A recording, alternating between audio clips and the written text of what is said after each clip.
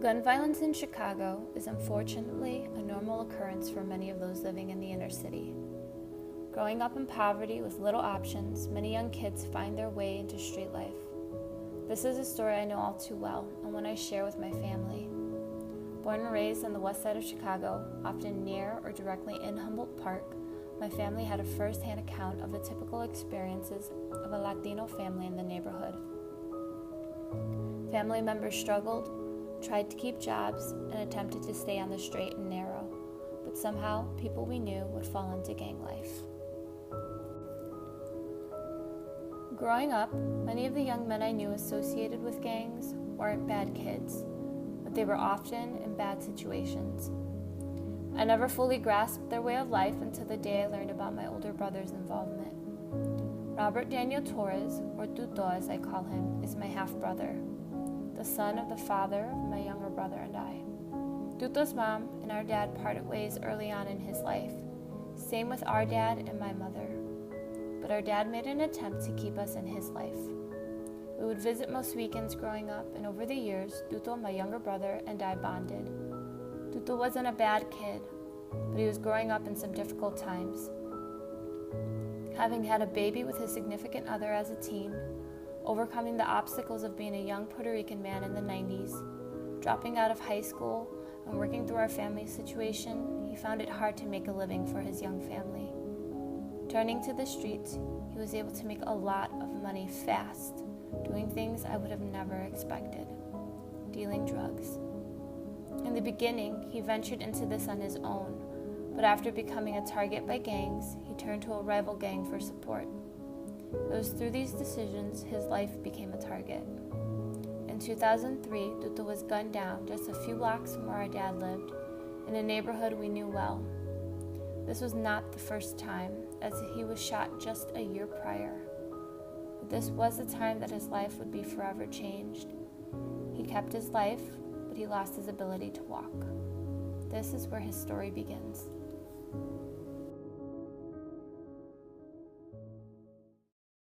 First name is Robert Torres. Got the middle initial D for Daniel. I like that. I was born here in Chicago, born and raised in Humboldt Park. You know, that's all I knew. I'm 37 years old, and didn't expect none of that to happen, you know. But like they say, as you know, kids weren't asked to be brought in here. You know, we weren't asked to be brought, but you know, you gotta deal with it. So I dealt with what I can, and I don't regret nothing. I love living in Humboldt Park. You know, I still call it home. Every time I go over there, I have to go over there and still see the neighborhood and you know, see moms and stuff like that.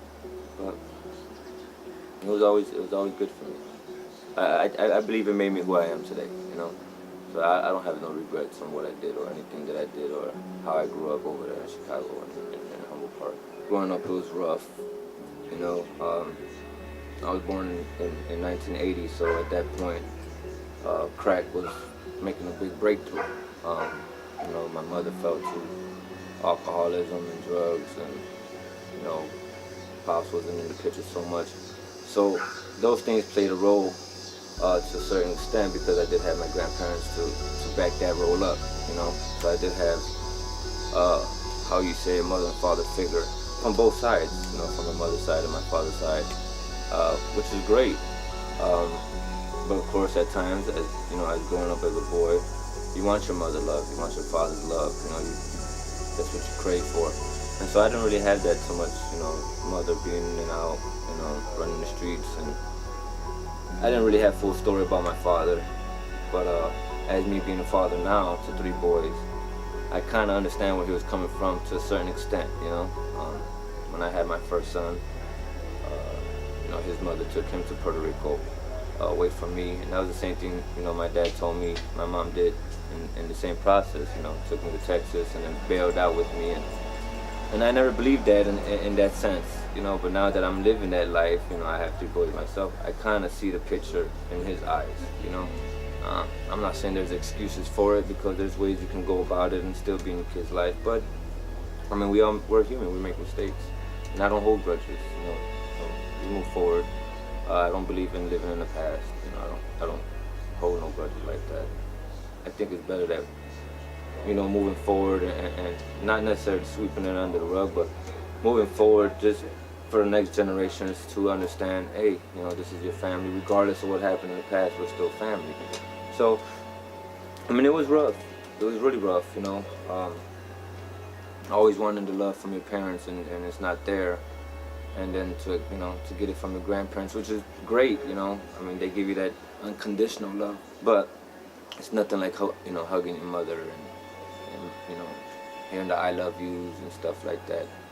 So that kind of played a role in my life, because as I was growing older and I didn't have my mother there, and, you know, dad wasn't there, I felt that the love I was getting was just not enough. So once I was able to start getting a little freedom, going to high school and stuff, I just started to choose my own path, you know, and that path was what I was known to around the streets, you know. As a young boy, you know, I had to do errands for my mom. They weren't bread and milk errands, but that grew me accustomed to what was going on in the neighborhood, the street life. So when I did decide to, you know, run the streets, it was easy to me, because, you know, my mom already introduced me to it, and I didn't really have that certain guidance from my parents to discipline me in that way. You know, the grandparents could only do so much.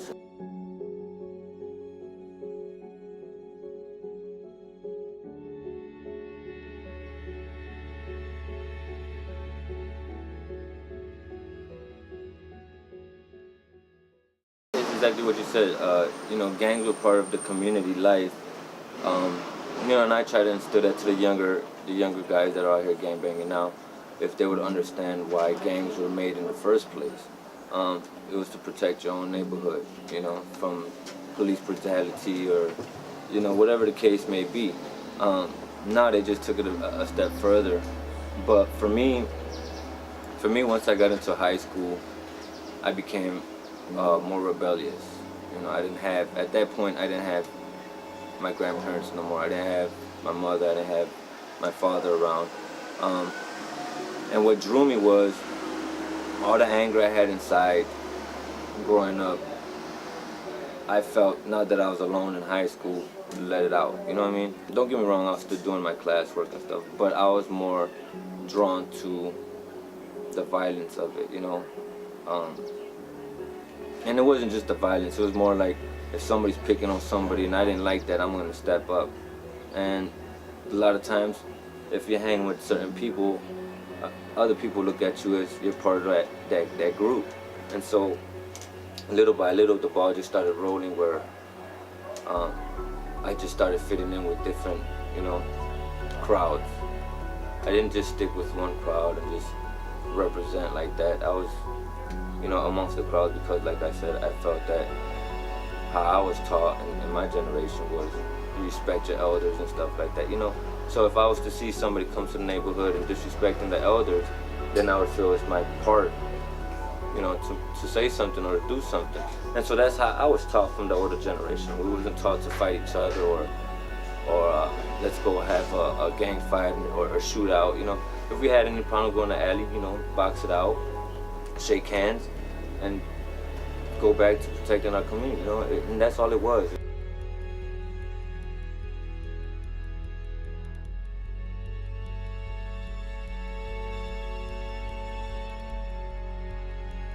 You know, the history in Humboldt Park, it was run majority of the whites, and if it goes back to the riots and stuff like that,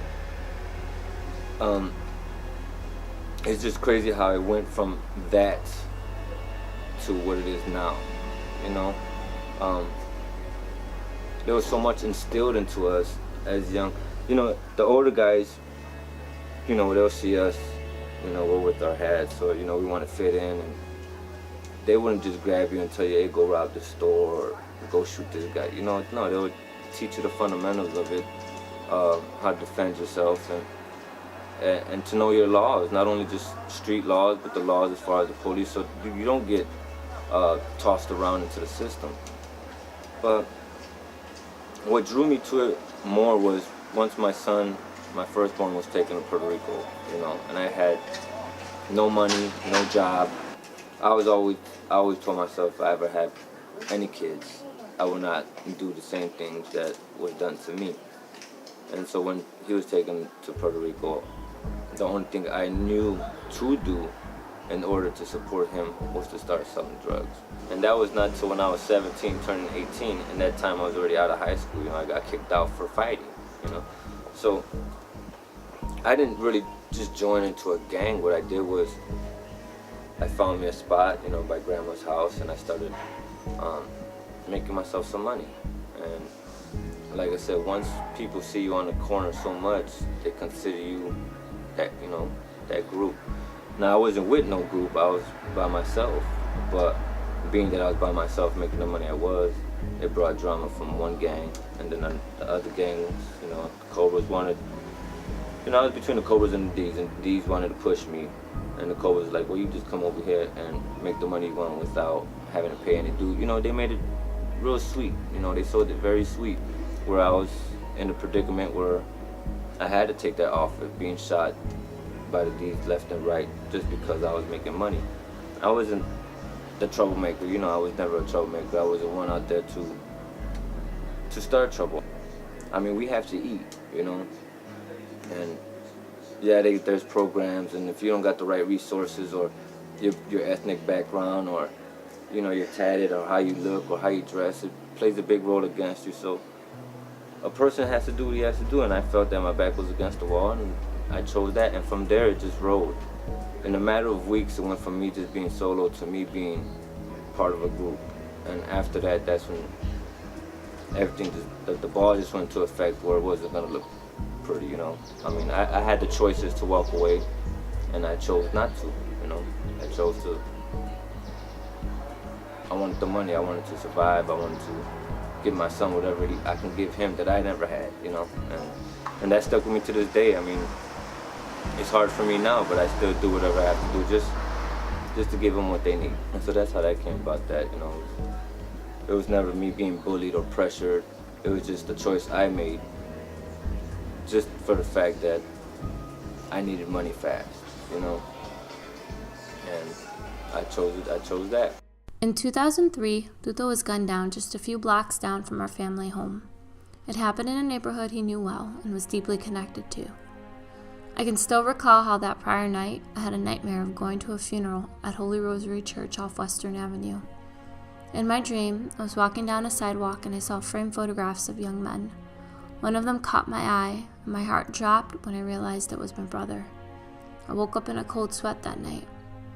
My premonition was only partly true. I would come to find out the next day that my older brother nearly lost his life. This was not the first time, as he was shot just a year prior, but this was the time that his life would be forever changed. He kept his life, but he lost his ability to walk. Tuto has been wheelchair-bound for the last 14 years. His struggle is real. After an initial battle with depression, he managed to overcome. Every day, still he persists. His strength and purpose to change is evident in the fact that his 3 young boys are well adjusted and working through school despite the typical obstacles that many face in Chicago. His oldest graduated this year, and to me, that is the greatest success. He is an inspiration. He doesn't glorify his journey, but works to educate the youth within his community in hopes that they'll make different decisions with their lives. He's not perfect, but he's a work in progress, much like every other human being in this world.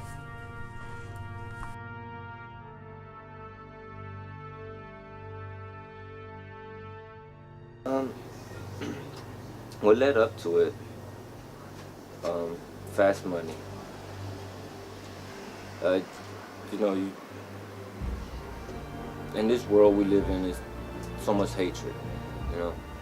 A person sees you doing good, they're gonna throw or do anything they can to not see you make it. So what led up to me being shot the first time was just being seen so much. You know, they seen me moving around, making this, making that, doing this, and they're not making it, you know. So they felt that I was taking money out of their pocket or out of their mouth. And a lot of it had to do with power. You know, people want power, people want control. So my first time being shot happened on Head in the Washtenaw. And at that point, you know, I was doing pretty good, you know, as far as doing what I was doing. You know, I never hurt nobody. I never had to. I never had to go, I ain't gonna say I never had to. Of course I was tested, but before that, I wasn't a violent person. I never was to bring violence to me, you know. I mean, where I was doing my work, I lived, you know, the same street, so that's like a no-no. You know, you don't do that because it follows you home. What led to it was just power, you know. They didn't like the fact that I was making, you know, good 600, 700 a day. And I remember that night, like it was yesterday, you know. I went by the block, Head in the Washtenaw, and it was a good turnout. They had a basketball rim out. I decided to play some basketball, some street ball with the guys there. They felt that I was playing a little too rough with the street ball, you know, but they felt I was playing too rough, so I walked it off. And when I walked it off, as I'm talking to a buddy, you can see the crowd that I was playing basketball running towards California, and they're screaming, you know, he's got a gun, he's got a gun. And for some, I want to say, idiotic reason, I decided to walk towards the guy. Instead of leaving with the crowd, I was upset that the fact that where they were running from is where they had security. Now security would have stopped, you know, security is to defend the neighborhood, and that's what pissed me off, that they were running away from me. So I felt like I should walk towards it. And I never saw the kid. The kid was in the middle of the street pointing the gun to my head. And I got lucky, you know. The good Lord must have turned the guy's hand, man, because that kick just shot me right in the shoulder here.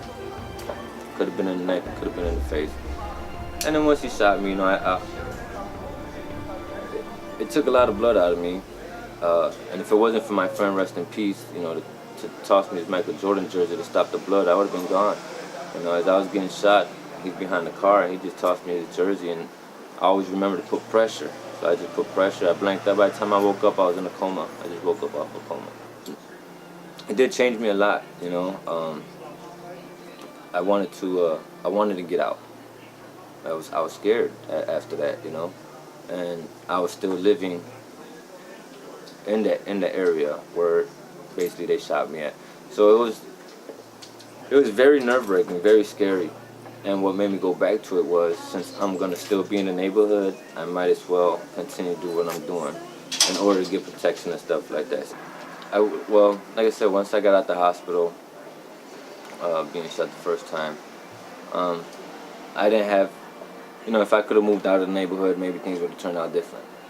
But unfortunately, that wasn't the case. You know, I was still living, as I would say, in enemy's territory. So, with that being said, I couldn't just sit at home. You know, I would, in the back of my mind, I felt like if I'm sitting at home, they're gonna come to me. So why don't I just take myself outside and let them, you know, if they want to finish the job, they can finish me outside. I just never wanted anything to fall back to my house or to my kids. You know, I never wanted anything to happen to me in front of my family, you know. Even when the first time I got shot, I still have a little letter. When they were pushing me down the hall at Stroger,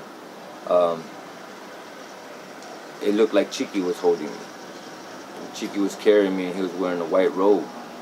And at that moment, Jennifer was with me, and I had asked for a pen and paper.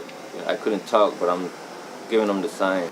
It's a red paper, and basically what I was trying to write on there was, don't tell Grandma. You know, don't tell Grandma, because I felt I let them down, you know, because that's not what they raised me to be. And it beat me up a lot. I didn't want nobody in my family to know that I got shot, you know, because to me it was a major letdown, so it hurt. But then once I woke up at the coma, you know, I got the visits, and when I was forced back home, like I said, I was living in the same area. So it was either I stay home and have them come to my house, or I go outside and let it finish that way. And so that's what brought me back outside. You know, I just, one, my income, that was the income I was dependent on, you know. And being injured, you know, don't get me wrong, you know, people like to make excuses, why don't you work, why don't you work? I didn't use that. I didn't use anything as an excuse not to work. You know, I worked 3-4 jobs at one time, you know, so that wasn't the case. The case is once you're in, see, and that's why it goes back to our brother Nicholas, when I got to see him for his birthday and he turned 21. It made me proud because in this society that we're brought into, a man, you know, it's not likely for a man to see 18, let alone 21. And it's just not because of the life you choose, it's just because you're a growing boy in the society of a mess, you know? So, with that being said, I was just like, it's not gonna stop. You know, I didn't feel like it was ever gonna just go away. You know, they shot me once, okay, he's done for, and that's not the way, you know, the game is played in the gang life.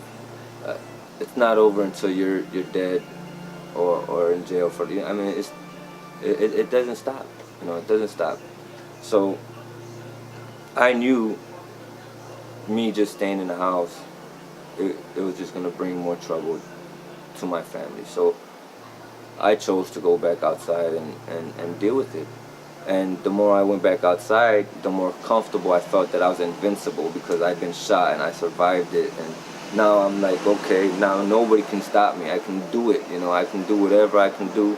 Bullets can't stop me. So I went out there and I just did it again.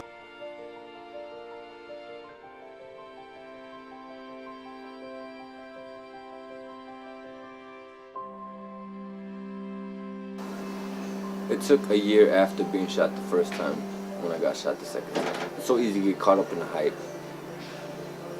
And especially once you get accustomed to that lifestyle, you know what I mean? So after the first time I got shot, like I said, I didn't want to be at home.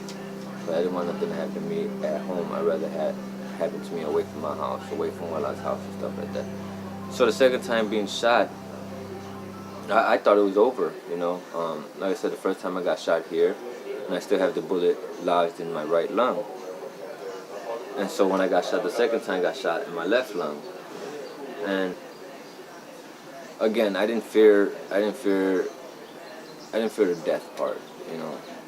I feared my kids, you know. How they gonna survive without me? How they gonna live without me? You know what I'm saying? To be fatherless, I know it. To a certain extent how that can be. And when being shot the second time, it had a very big effect compared to the first time. You know, for instance, it left me paralyzed, you know. And I felt that instantly. The moment I got hit, I couldn't feel my legs. Then I honestly thought I was gonna die there, you know. I was just doing the prayer, looking at the moon, everybody surrounding me crying and, you know, don't leave. And I'm just like, relax, don't touch me, don't move me, you know, because it can make it worse. Just, if it is, it is. So just let it be. So to wake up and not able to move your extremities that you're used to moving, you know, just a wiggle of a toe, your bladder full because you have to use the bathroom. Those little things, you know, a little itch on your knee, or, you know, it hit me dramatically. You know, the first thing that popped into my head, of course, was sex. You know, but that was just joking because I have to joke regardless of whatever the situation is. I have to have that sense of humor because if not, I'd be broken. And doing 2 weeks of rehabilitation to learn how to learn my balance, learn how to do wheelies, learn how to get off the chair, how to get back on the chair if I was to fall. It was rough, and it's a different world, you know, it's a different atmosphere. It's something you really have to adapt to. So, you know, you sit in the room and I don't really like visitors, but at that time I wish I could have had some visitors. You feel lonely, you feel helpless, you feel like you're nothing. Like there's nothing you can do. I felt like there was nothing I can do for my family at that point, and I really just wanted to give up. You know, I tried suicide a few times. I was pretty bad depressed, you know, I was deeply depressed. But, you know, like I said, I was always raised with so much morals and so much values that I know that that's not what my grandparents, you know, my grandfather would want, is for me to just lay there and accept it. So it actually took for my youngest son, he was in the room with me, and I'm dazed out, not caring about shit at this point, but he ended up really sick where, you know, he had massive diarrhea and was throwing up, and I looked at him and I felt so bad that I could not help him, because I had let myself go so badly that he was just there laying in it, you know what I mean? And that snapped me out of it. That said, you know,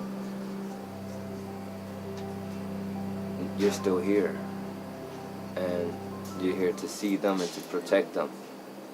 And at that point, I never looked back. You know, at that point, everything I said I would do, I was gonna do, and I did it for them. You know, so, you know, they always ask me, Dad, this, you know, well, why are you in a chair? Are you mad that you're in a chair? Does it hurt you?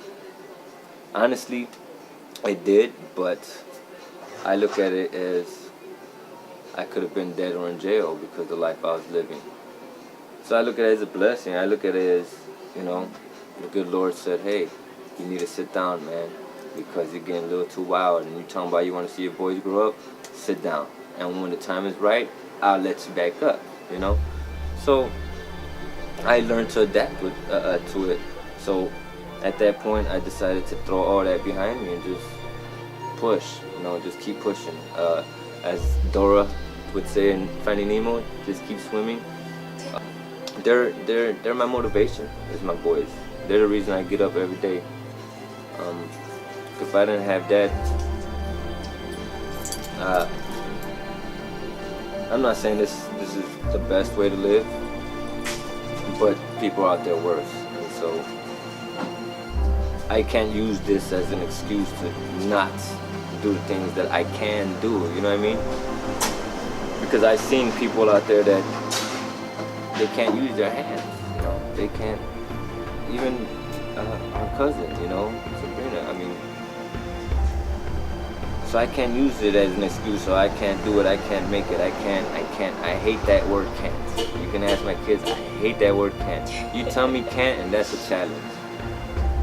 Because I was, you know, where there's a will, there's a way. If I can't reach something, I put this up right. No, where there's a will, I'll make it happen. So yeah, I mean, it changed my life for, like I said, it changed my life at first for the worst. You know, I mean, who wouldn't? It's life. It is life changing. I mean, you're not getting up off the bed and walking to the bathroom. You're not able to stretch out and spread your toes. You know, you're not just the little things. The when you put your foot in the water and to feel if it's cold. You know, so it's rough. Yeah, you know, but I always look at it could have been worse.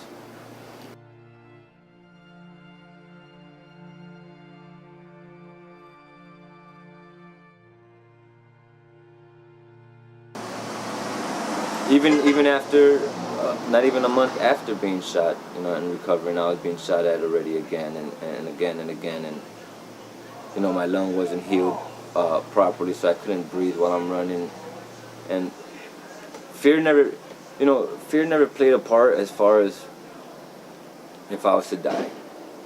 You know, I wasn't scared of death. You know, I was always taught the only thing that is promised to you when you're born is death. So that didn't bother me. What bothered me was if something was to happen to me, what happens to my kids? And instead of it slowing me down and say, hey, leave this shit alone, in the back of my head it was like, it's never gonna stop. So the only thing that I could do to slow things down was I just started working. I tried to limit myself on being on the street so people wouldn't see my face. I let my hair grow out. I would change my appearance. I would change my routines of walks. Like I said, I worked 4 jobs at one time just so I can stay off the streets. But with your background the way it is, and if you've been arrested for this, you've been arrested for that, and once it comes to light, we can't have you anymore. We gotta let you go. You're a good worker, but we gotta let you go. And there's a lot of good guys, man, that are just running the streets just because they do come from a broken home. They have nobody to turn to. I see a lot of people out here and they're young and they're strung out, and it bothers me because I have 3 boys. And if I was to see, if it's that easy, they put in these drugs in pill forms and cough syrups and, that's basically like 7 drugs in one, you know what I mean? And they don't understand that, not only are they killing each other by gun violence, but, and I'm not saying I'm any better for the things that I did because, the shit I was selling was hurting people too, but that brings back to, like I said, I had to eat. See, people have to understand that this is a game, okay? As much as we don't want to accept it, that we are part of this game, it's a game. The government is set, and in my eyes, the government is set for the poverty neighborhoods to stay in poverty. Every time I go back to where I grew up at and I see the change, I would like to see the change with my people still there. I don't like the fact that they had to close schools just to help move the people out, because we have to eat, Why? It makes no sense to me that they stop all these after-school programs, There's the budget cut, the school closed down, no more teachers. And what's that show? What's that tell me? I was always taught numbers don't lie, right? So if you're telling me 300 and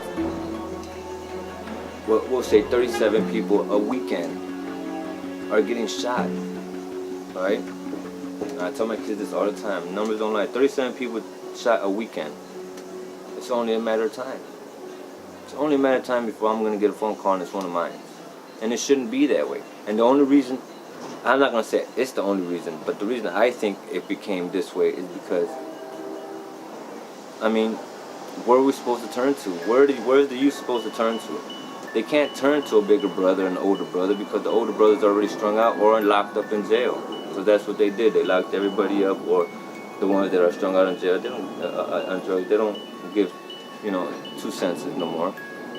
But those of us that do, and we try to tell the kids now that they're so hyped up in all these little pills that they're popping, they don't want to hear it, and it's sad. When I was 17, 18, I had my first son, and all my friends, all my peers, they're having kids. Little by little, my peers are dying. Now these are kids that are growing up fatherless. Mothers are strung out on drugs, and it's a repeat cycle. And that's why, me personally, I always try to keep that cycle from being, to keep going. I always said, if I ever have kids, I never want them to be without their parent. I want them to be, there shouldn't be no excuses that my kids should be running the streets. We're not a broken home. We're struggling, but I'm here. You know what I'm saying? So, I don't think that everybody out here that does bad intends to do bad. They just want to, and I say it again, we just want to eat. Me, for instance, I don't get link, I don't get nothing. I pay everything out of pocket. Social Security gives me $700, paying $1,200 a month, plus bills, plus food, 3 boys. There's no way. Put the numbers together. There's no way I'm able to manage, but I'm managing. The last job I just had, when he interviewed me, he never looked me once in my eye. He looked at my hands because they're tatted. And I told him, don't judge me off my hands. Judge by what look me in my eyes and you can judge me. I always tell that too. If you look a person in the eyes, you can see a lot, you know. If you can't see a person in their eye, they're hiding something, you know, or whatever. There's no respect there. You're always supposed to look a person in the eyes when you're talking. You can see a lot more. You can understand a lot better. It bothers, you know, it bothers. And that's why I push my boys so hard, so they wouldn't have to even think about making the moves I had to make, you know. It led me to jail, losing time in jail, you know, away from my kids at times, risking my life and my freedom daily or every other day just so I can feed, you know what I'm saying? And what? You know, now they want to take these things away and make it harder. And then they want to say we're wrong or these kids or they're wrong because now their backs are against the wall, so they want to rob and they want to steal and they want to kill. It's a lack of morals, yeah, but it's also a lack of morals from the government. They would stick to how they say protecting the people. I think things can be a lot better than what it is now, you know?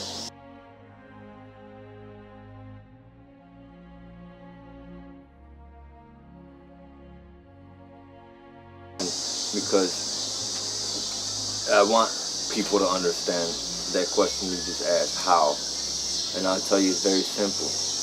They put it here, okay? Now, I'll ask it like this. How can one kid have 7 guns, but yet a person that can have his life at risk can't even get one to protect himself? You know, I talk to a lot of people because I started a page on Facebook called The Movement. And what I was trying to do is I'm trying to get all the colors together, all gangs together, so we can speak out and teach the youth, you know, at least to build another guideline, sort of say. But when I talk to a lot of these guys, some are from South Inglewood, some are from up north, some from the neighborhood here. And one story surprised me the most when a young man from the south side said they literally dropped a crate in the alley. And I'm like, a crate of what? And it says, a crate of guns. Now, I ain't never heard nothing like that in my life. You know, I've never heard of, and that's where most of the killings are in the south side. So it kind of makes sense. You know, I don't just believe what he tells me. I have to ask questions and, you know, get the sources to it, because I'm not just going to go, oh yeah, there's a crate of guns and I'm going to believe it, okay, yeah. But it kind of makes sense, because to see so many, and they're young. There's never the older guys there with their FOID card and everything. These kids don't have FOID cards, but yet they got 4 pistols on them. Heavy artillery machine guns. How is that? You know, there's no gun stores around here. There's none. You have to travel to go get it, you know? If not, if there is a guy around here selling it, then that's, you know, that's what it is. But to have that many, with that kind of ammunition, and then, now you just gave them all these guns, with their backs against the wall, because they can't eat. They have to figure out how to pay their bills, where they're gonna stay at. You know, they have to protect their neighborhood, because that's the way they're making their money. So they can't let the next person come in and take their money. So that's where all the killing starts, you know. And that's exactly what they want. We're overpopulated. So why not? Here's a whole bunch of these drugs. You know, it's gonna fucking make you go crazy. You're gonna pull out, you know, resisting arrest, but it's because you're under the influence of this heavy narcotic. Then when the police are saying, hey, freeze, and they ain't hearing you because they're so fucked up, now they're dead because the cop says, hey, he had a gun. There's no gun, you know, and that's sad. And it's sad that the government or whatever, and they're just like, keep doing it. Keep on. We're making money. For every death, we're making money. For every arrest, we're making money. You know, we're not making money from selling guns. We're giving it to them. You know, because we're making more when they go to court. We make more when they go to jail. We make more when they're dying. You know what I'm saying? We have to understand how that's being played. You know. I always try to tell people, know your laws. Knowledge is always power. Knowledge, you know, we was always taught that the more you know, the better. What you don't know, you don't understand, so you're being sent off, as they say. And that's exactly what's going on now with the kids, is that they're being sent off. You know, they don't have that father because that father's in jail or dead. They don't have that mother because they're strung out. So the only person they can listen to is the next kid, or that one person that is growing up, but he still acts like a kid and says, hey, here's a pistol, why don't you go steal some chips or go rob this guy real quick, I got your back. And once you're in jail, they don't got nothing for you, you know?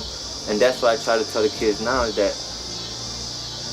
if they would understand what gangs were made for, why were gangs made, then they would understand a little bit more the literature of it, you know?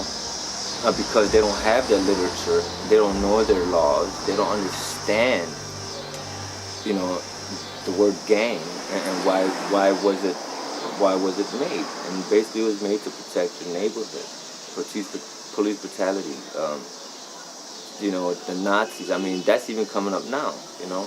And if there's no unity, and the government has unity, right? The government's fine. They put whatever they want on CNN. If we don't read between the lines, we're believing it. And we feed into that. Oh, well, this is about to happen, this is about to happen, we gotta go out here and we gotta do this. The same way the government has structure and guidelines is the same thing they need out here in the streets. And without that, it's gonna be a continuance. These numbers are just gonna keep rising from 30s to 40s to 50s to 100s. Some people don't realize that all of Chicago, wherever you're living at, I'm living here, and wherever part of Chicago you're at, that's my backyard.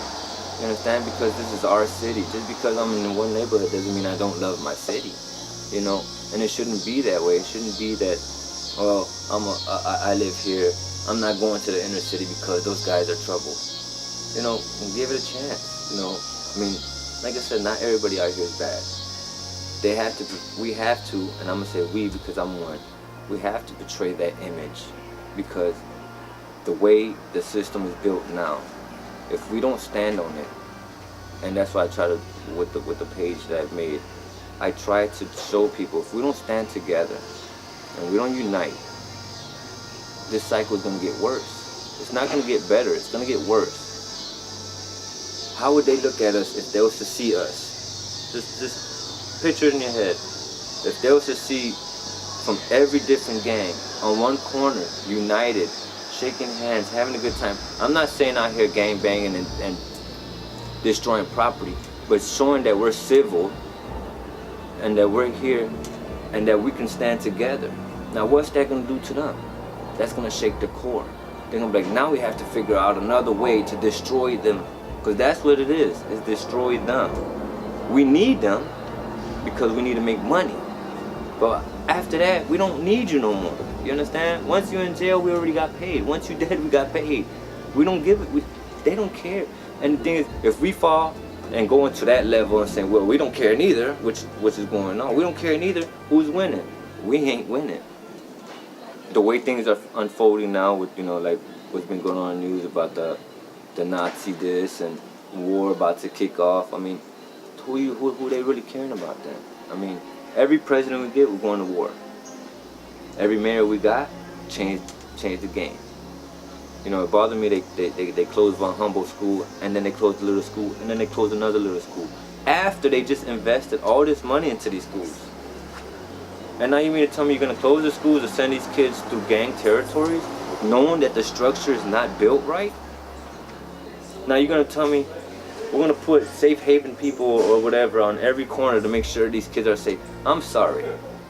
But when stuff hits the fan and gangs are rolling around and they're shooting, they're ramming each other, these people in the vests can't do nothing.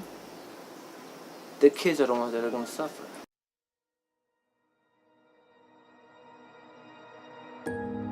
Well, the hardships, I think they helped me a lot. You know, I always told myself I was unique. You know, I didn't have to tell myself. I was always told that, you know, being the oldest grandson, the oldest grandchild. So it made me like have to play that role, you know. Like the hardship that comes with it, it tends to get frustrating, like 10 times, you know. But what I keep telling myself, when things get hard enough, hard on me and stuff like that, as much as I would love to give up, I was always, from our family, who was always told to keep moving, no matter what the situation was. You have to keep moving. The world don't stop for nobody, time don't stop for nobody. And so, even when it was, and to this day, I still have my moments where I have a hard time, just to put a gym shoe on or whatever the case may be. What I keep telling myself is, I refuse to use the word I can't. I chose to erase that from my vocabulary. So if I comment up to anything that's challenging, getting in the shower or going to the doctor, and I don't jump on the bus, I don't get in the car, I push wherever I'm going. If things need to be taken care of, things need to be done, I will find a way, because like I said, I was always taught where there's a will, there's a way, and to never give up. At first, when I became paralyzed, it took everything from me. I didn't want nothing. I didn't want to deal with this, and I was being selfish. I was being real selfish. But I'm glad that I woke up. I woke up and against, seeing my son that way, to help me snap out of it. It made me, I ain't gonna say I'm any different than I was when I was walking, but I was given the chance to see my boys grow. And with that being said, I don't take things for granted as I used to. In my perspective, nothing's really changed. Only knowing the fact that I have to work a little bit harder and to adapt to it, not to get used to it, just to adapt to it, because at any time maybe I can walk again. So I don't want to get used to it, and then if I ever do get feeling, then I don't want to do nothing, you know what I'm saying? So what I do is I adapt to the situation as best as I can, whatever the case may be. Food, cooking, cleaning, myself, grooming, whatever, for my kids, picking up from school, field trip, whatever the case may be, I would always say in my head, I can't. And so I think when I got shot and I became paralyzed, that it made me show that I do have inner strength, because I didn't think for a million years that I would be this many years in the chair and still smile or still try to push, you know what I'm saying? Me personally, when I first got like this, I told my wife that I'll give it 5 years, I'll give it 5 years, and if nothing's happening, that I don't want to be a part of it, I don't want to see myself growing old and in a chair. But as the years went by and you see your kids growing older and they're accomplishing things that you wanted to see, and then now seeing my oldest graduate high school, something I didn't get to do, and then I got 2 more that get, those are the things that say, what, I'm kind of glad, I'm kind of glad things played the way they did, and it made me, like I said, it made me realize that I do have that strength, I do have what it takes to shoot. I see myself seeing 60, and that's something I didn't dream about at all growing up, But if it wasn't because I had kids, if it wasn't for these 3 boys, I wouldn't have nothing to push forward to. To me, I feel like it built me up stronger. Like, now I'm more of a person that I'm looking for a challenge, like, if they tell me you can't climb the stairs, I'm gonna climb the stairs. You tell me I can't, I'm gonna, and I'm glad I look at it that way, because now it rubs off to the boys, and they're like, well, damn, Dad can do it, and I can do it, you know. And my youngest was the same way. That was his favorite word. I can't do the math problem. I can't read for 30 minutes. I can't.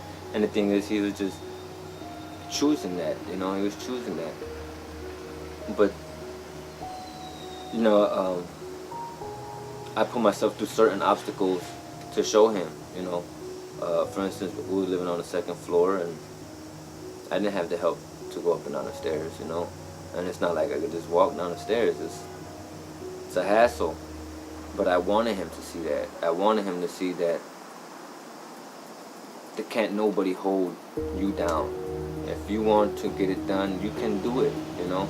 If you don't have the proper tools to get it done, you'll find a way. And so that's why I wanted him to see I can climb down 2 flights of steps, pick you up from school, and climb back up 2 flights of steps, climb onto my wheelchair, and still. And, you know, at that point, that's when he started to realize I don't like the word I can't either, you know. And that's all I want for my boys, is for them to understand there's going to be obstacles. There's always going to be obstacles in life. There's going to be obstacles with the way the government's playing out and everything, and I want them to understand there's going to be a lot of bridges that are going to be broken, you know, and you have to figure a way. If you want it that bad, you have to figure a way to get across that bridge. I'm not mad at the fact that the person shot me and put me in a chair. It hurt, you know, it hurt because I had to see the hurt in my family's eyes, you know. Like I said, me personally, all the things that happened to me in my life, from being young, shot at as a youngster, you know, seeing my mom passed out on drugs, and, you know, the fights between mom and dad, and the bouncing back and forth, and, you know, trying to find that person to accept you because it feels like nobody wants to accept you. You know, I think that it made me strong in a lot of ways. It did, you know, because I don't have hate, you know. I don't have hate for the person that did this for me.